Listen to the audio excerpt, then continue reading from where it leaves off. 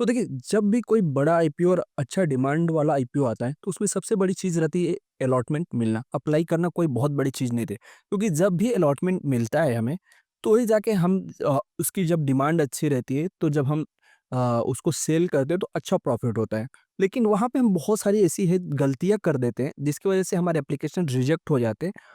इस वजह से हमें अलॉटमेंट मिलने वाला भी रहता है, तो भी हम हमारी गलती की वजह से वो अलॉटमेंट नहीं मिलता है। तो आज इस वीडियो में हम बात करेंगे कि ऐसी कौन-सी गलती है जो आप लोग करते हो, जिस वजह से आपको अलॉटमेंट नहीं मिलता है और आपके काफ़ी सारे डाउट्स है। इतने ज़्यादा यूट्यूब पे वीडियो बन चुका है, इतना ज़्यादा इस आईपीओ को लेके हाइप क्रिएट हो चुका है कि उसके बावजूद भी लोगों का एक ही सवाल है, सर शेयर होल्डर कैटेगरी में कैसे अप्लाई करना है? मेरे पास एक शेयर पड़ा हुआ है। मैंने 1 तारीख से पहले बाय किया था, आरएसपी फाइल होने से पहले बाय किया था। तो क्या मैं अप्लाई करूँ शेयर होल्डर कैटेगरी में, तो अलॉटमेंट 100% मिलेगा क्या? अब ये सारी चीज़ों के डाउट्स जो है आपको क्लियर करूँगा इस वीडियो में, और इस वीडियो का एक बेसिक रिव्यू भी कर लेंगे। हालाँकि आपने यूट्यूब पे रिव्यू देख लिए, तो इस पूरा जो वीडियो है, ये अलॉटमेंट स्ट्रैटेजी के ऊपर रहने वाला है। क्योंकि इस आईपीओ की जीएमपी धमाकेदार है, 79% के आसपास की जीएमपी थी, लेकिन ग्लोबली मार्केट में जो चीज़ें चल रही हैं, इसकी वजह से जीएमपी पे भी इम्पैक्ट आया और अपनी निफ्टी भी 2 दिन से डाउन ही जा रही है। इस वजह से ग्रे मार्केट में भी थोड़ी-सी गिरावट देखने को मिली है। हालाँकि जब एंकर लिस्ट आएगी और क्यूआरबी के सब्सक्रिप्शन वगैरह इंक्रीज़ होंगे, धमाकेदार सब्सक्रिप्शन तो आने ही वाले हैं, तब इसकी जीएमपी अगेन अपने रिकॉर्ड हाई पे चली जाएगी और उम्मीद की जा रही है 70 टू 85% के आसपास की लिस्टिंग गेन देखने को मिल सकती है इस आईपीओ में। और जब इतना अच्छा आईपीओ आया है, तो यहाँ पे हम एक छोटी-सी भी गलती नहीं कर सकते हैं। तो चलिए वीडियो स्टार्ट करते हैं। सबसे पहली जो मेजर गलती है वो आप लोग करते हो। इसमें देखा जाए तो जब भी कोई आईपीओ का शेयर होल्डर कैटेगरी आता है, सबसे ज़्यादा एप्लीकेशन वहीं पे लोगों के रिजेक्ट होते हैं। इसमें गलती क्या होती है कि अगर आप एलिजिबल नहीं हो, फिर भी आप शेयर होल्डर कैटेगरी में अप्लाई कर देते हो। कभी-कभी क्या होता है कि आप सिर्फ शेयर होल्डर कैटेगरी में अप्लाई कर देते हो, रिटेल में नहीं करते हो। इस वजह से रजिस्ट्रार जो है, वो कभी-कभी बाय डिफ़ॉल्ट जो आपके एप्लीकेशन है, वो शेयर होल्डर कैटेगरी को ना चूज़ करके वो रिटेल में ही काउंट कर लेता है और वहाँ पे हो जाती है गलती और आपके एप्लीकेशन हो जाते हैं, रिजेक्ट नहीं होते, मिलने के चांसेस कम हो जाते हैं। क्योंकि आपने सोचा कि मैक्स लॉट मैंने अप्लाई कर दिया शेयर होल्डर कैटेगरी में और रिटेल में मैंने अप्लाई नहीं किया। तो कभी-कभी ग्लिच की वजह से और खासकर कैफे टेक के साइड पे, हाँ, टाटा टेक में ऑलरेडी बहुत गलती ये चीज़ हुई थी कि बंदे ने अप्लाई किया था शेयर होल्डर कैटेगरी में और उसका काउंट हुआ रिटेल कैटेगरी में। तो वहाँ पे अलॉटमेंट नहीं मिला था। तो चलिए, पहली गलती आपको ये नहीं करनी है कि अगर आप शेयर होल्डर कैटेगरी में कर रहे हो, तो मेक श्योर कीजिए कि आपको रिटेल में भी करना है। लाइव में आपको दिखा देता हूँ और प्री ओपन इसका चालू हो चुका है। तो सबसे पहले चीज़ हम दिखा देते हैं कि गलतियाँ हैं, उसके बाद बताएँगे अलॉटमेंट ट्रिक्स एंड टिक की क्या चीज़ें हम यूज़ करें तो हमें अलॉटमेंट मिलने के चांसेस थोड़े से ज़्यादा इंक्रीज़ हो जाते हैं।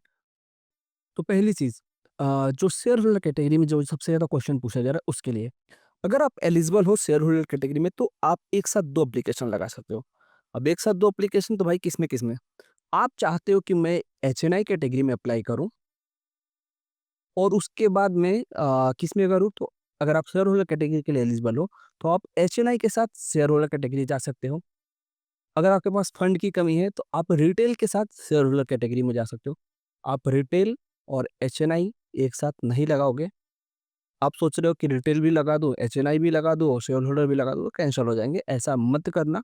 आप या तो एचएनआई के साथ रिटेल में या एचएनआई के साथ शेयर होल्डर कैटेगरी में या फिर रिटेल के साथ शेयर होल्डर कैटेगरी में। अब इसमें दिक्कत ये होगी कि आप बहुत ध्यान से आप जो भी ऑप्शन सेलेक्ट करना कि देखना कि मैं क्या ऑप्शन सेलेक्ट किया हूँ।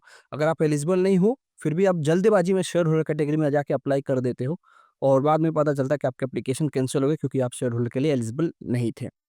तो ये गलती मत करना। एम्प्लॉयी कैटेगरी, इसमें एक और ऑप्शन आ चुका है। पहले जो आईपीओ थी उसमें सिर्फ़ 2 ही कैटेगरी रहती थी, एचएनआई और रिटेल। तो हमें जब ज़्यादा पैसे दिखने लगते थे तो हमें लग जाता था कि ये एचएनआई में चला गया एप्लीकेशन, तो हम वहाँ पे मॉडिफ़ाई करके रिटेल कर सकते थे। लेकिन अब क्या हो रहा है, आप देखो तो पहला ऑप्शन रिटेल, दूसरा एचएनआई, तीसरा एम्प्लॉयी और चौथा शेयर होल्डर कैटेगरी। अगर आप एलिजिबल नहीं हो तो सिर्फ़ रिटेल पे क्लिक करके रिटेल में एक एप्लीकेशन अप्लाई कर देना। आप एम्प्लॉयी कैटेगरी, एचएनआई कैटेगरी या फिर शेयर होल्डर को टच भी मत करना और मेक श्योर करना कि यहाँ पे कट ऑफ प्राइस है, वो आपको टिक रहे। मतलब कि जो बिडिंग प्राइस है ₹23, वो एकदम कट ऑफ प्राइस पे ही सेलेक्ट है, देन प्लेस से बिड करके ओके कर देना और मैंडेट अप्रूव कर देना, आपकी एप्लीकेशन अप्रूव हो जाए। ऐसा कुछ भी ये नहीं है कि आप पहले दिन करो, दूसरे दिन करो या फिर तीसरे दिन करो। आप कभी भी इसमें अप्लाई करो, 5 बजे से आखिरी दिन के 5 बजे से पहले आपने मैंडेट अप्रूव कर दिया, फिर वो लॉटरी बेस पे अलॉटमेंट मिलता है, तो ये चीज़ें आपको पता है। ये शेयर होल्डर कैटेगरी का डाउट आपका यहाँ पे क्लियर हो गया। अब शेयर होल्डर कैटेगरी में एक और डाउट है कि मैं 2 लॉट शेयर होल्डर में लगा देता हूँ और 1 लॉट रिटेल में लगा देता हूँ, क्या मुझे 100% अलॉटमेंट मिलेगा क्या? जी नहीं।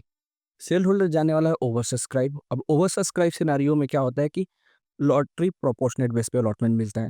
मतलब कि जो सबसे ज़्यादा पहले अप्लाई किया रहेगा उसको, देन उसको, फिर नीचे करके क्रमांक आता है। तो क्या किया जाए? सर मैं क्या काम करता हूँ कि मैं मैक्स लॉट जो है 14 लॉट, जो 1,93,000 का एप्लीकेशन है वो मैं शेयर होल्डर कैटेगरी में अप्लाई कर देता हूँ। देन एक मैं क्या करता हूँ रिटेल में अप्लाई कर देता हूँ। तो मुझे कितने एप्लीकेशन का मतलब कितना लॉट मिलेगा?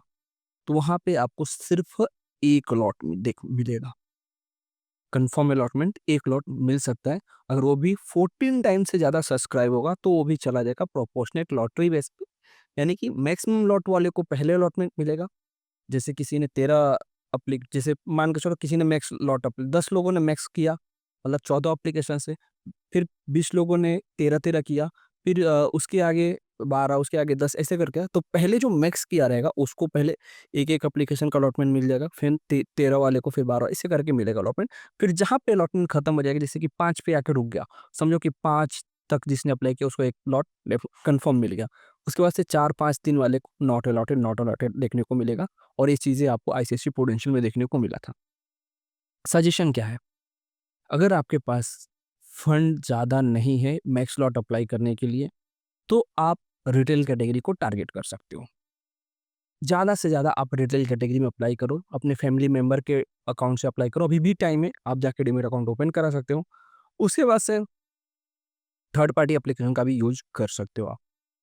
थर्ड पार्टी एप्लीकेशन होता क्या है कि डीमैट अकाउंट आपका और बैंक अकाउंट किसी अदर पर्सन का। इसका अपोज़िट भी कर सकते हो। डीमैट अकाउंट आपके फ्रेंड्स, फैमिली किसी का भी और अपने किसी भी बैंक अकाउंट से यहाँ पे पैसे को डेबिट करवा सकते हो। यहाँ पे भी एक चीज़ ध्यान रखने वाली बात है कि जिस अकाउंट से आपने ऑलरेडी मैंडेट अप्रूव कर चुका है, उस अकाउंट से दोबारा किसी पे भी डीमैट अकाउंट पे वापस मैंडेट मत रिपीट करना। यानी कि सपोज़ मेरे पास एक्सिस और आईसीआईसी बैंक है।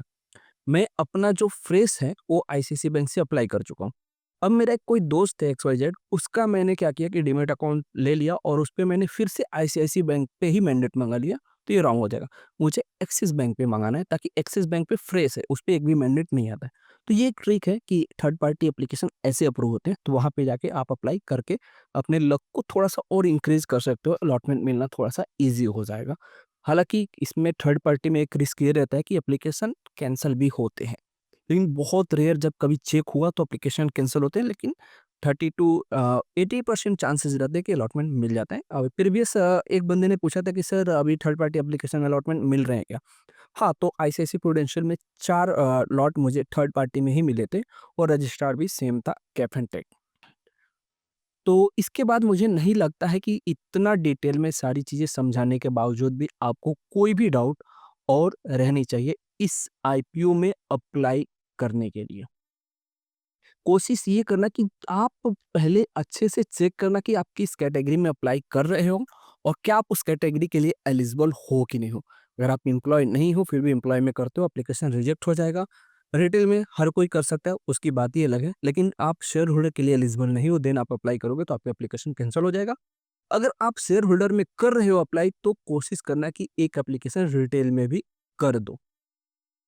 बाकी डिटेल वीडियो यहाँ पे आपको ऑलरेडी मिल चुका हो तो टाइम पास करने से ज़रूरत नहीं है।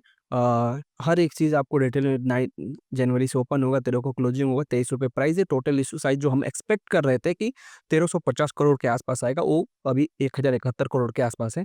हालाँकि इसमें जो सबसे ज़्यादा ईज़ी अलॉटमेंट के चांसेज़ की बात किया जाए, तो पहले एचएनआई कैटेगरी में अलॉटमेंट मिलने के चांसेज़ ज़्यादा रहेंगे, बिग एचएनआई में। Then retail category, third number पे आपका आ जाएगा शेयर होल्डर कैटेगरी और उसके बाद से स्मॉल एचएनआई कैटेगरी।